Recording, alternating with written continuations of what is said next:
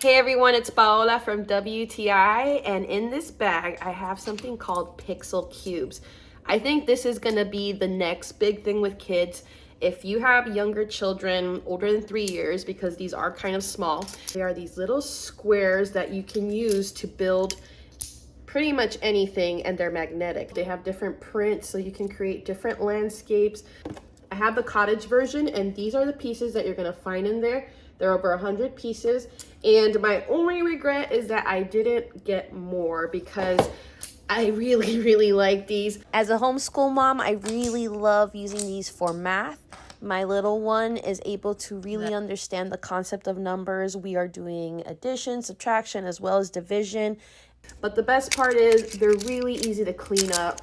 They are not tiny, so if you have little ones, you have grandchildren, and you have been looking for a toy to gift, this one is going to be great because it's screen-free time, it's quiet, and it really helps build their imagination.